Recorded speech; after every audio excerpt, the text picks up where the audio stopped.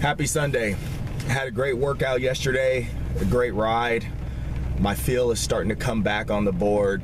Getting real excited about that. Obviously it's pretty difficult that since I've put on weight. It's muscle weight and I have better body control, I feel, but still the weight transfer is just another thing to have to deal with in my progression. Once I cut all the fat off and get my weight back down to get my relative strength back, then I believe that I will have better board control. But I'm in no hurry. I just want to get the strength goals accomplished, and we'll worry about the fat loss when we absolutely need to once it gets closer to summer. The lifting workout went fine. I felt a little pinch in my back yesterday, so I stopped. I don't want to play around with that because I just lost so many weeks of gains playing around with my back. So I was doing conventionals yesterday after riding for over an hour, and on my third set of conventionals, I felt a little like, just something funny. So I put the weight down, told my partner I'm done, unracked the weight, and just proceeded with upper body movements for the rest of the workout. And that went fine. I kind of worked towards more of like an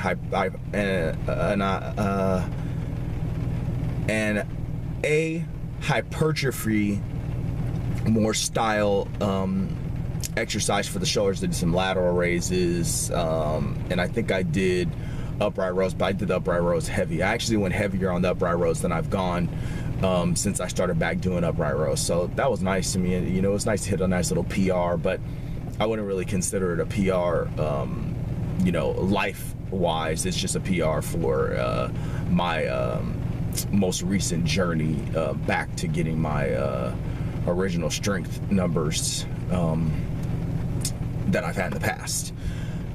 So enough with the personal business. What I wanted to talk quickly about today as an endomorph is,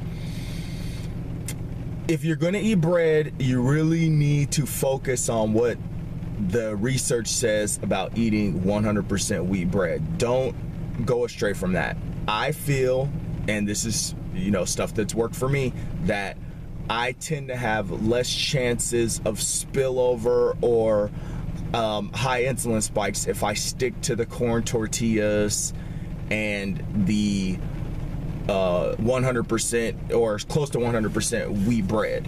So you could do as you wish. I usually get mine from like QFC. Up here in Seattle, we have QFC, which is owned by Kroger. We also have Fred Meyer, which is owned by Kroger. And they tend to have the 100% wheat bread, good organic wheat bread for a pretty inexpensive pricing. It's affordable. You can eat it every day if you need it for a carb source. You don't necessarily need carb sources every single day that are that high level or high quality, because if you're not lifting every day, you're not going to need to restore your glycogen stores, or it's not as important to refill your glycogen stores as it is after you lift. So I tend to, if I'm not lifting, I tend to stay away from the carbohydrates unless they're through a vegetable source or through my fruit intake. But that's just me. So you may enjoy having bread every day. I enjoy bread. I'm not saying that I don't like eating bread. I love eating bread. But if it's going to cause less fat being burned per day, higher insulin, then it's just more wise to leave it alone. And the big thing is I was researching something the other day, and I came across a video, Mike Matthews' video, Muscle for Life. Check him out, he's very good. And what he was saying that resonated with me was that when you're on these cuts, yes, you want to establish a lifestyle, and if for endomorphs you want to establish a lifestyle that's sustainable. I'm not saying that you don't. But one thing that he said that made a lot of sense is that when you do want to cut, and this may be for you, I don't know if it's for me because I failed in this in the past, but what he said is if you do want to cut, you want to put into play the lifestyle habits that are going to get that weight off the quickest, because you don't want to be in a deficit for a super long period of time, and I understand that. I've been in a depletion for months and months at a time, and it is miserable over time, especially if you're cutting your carbs.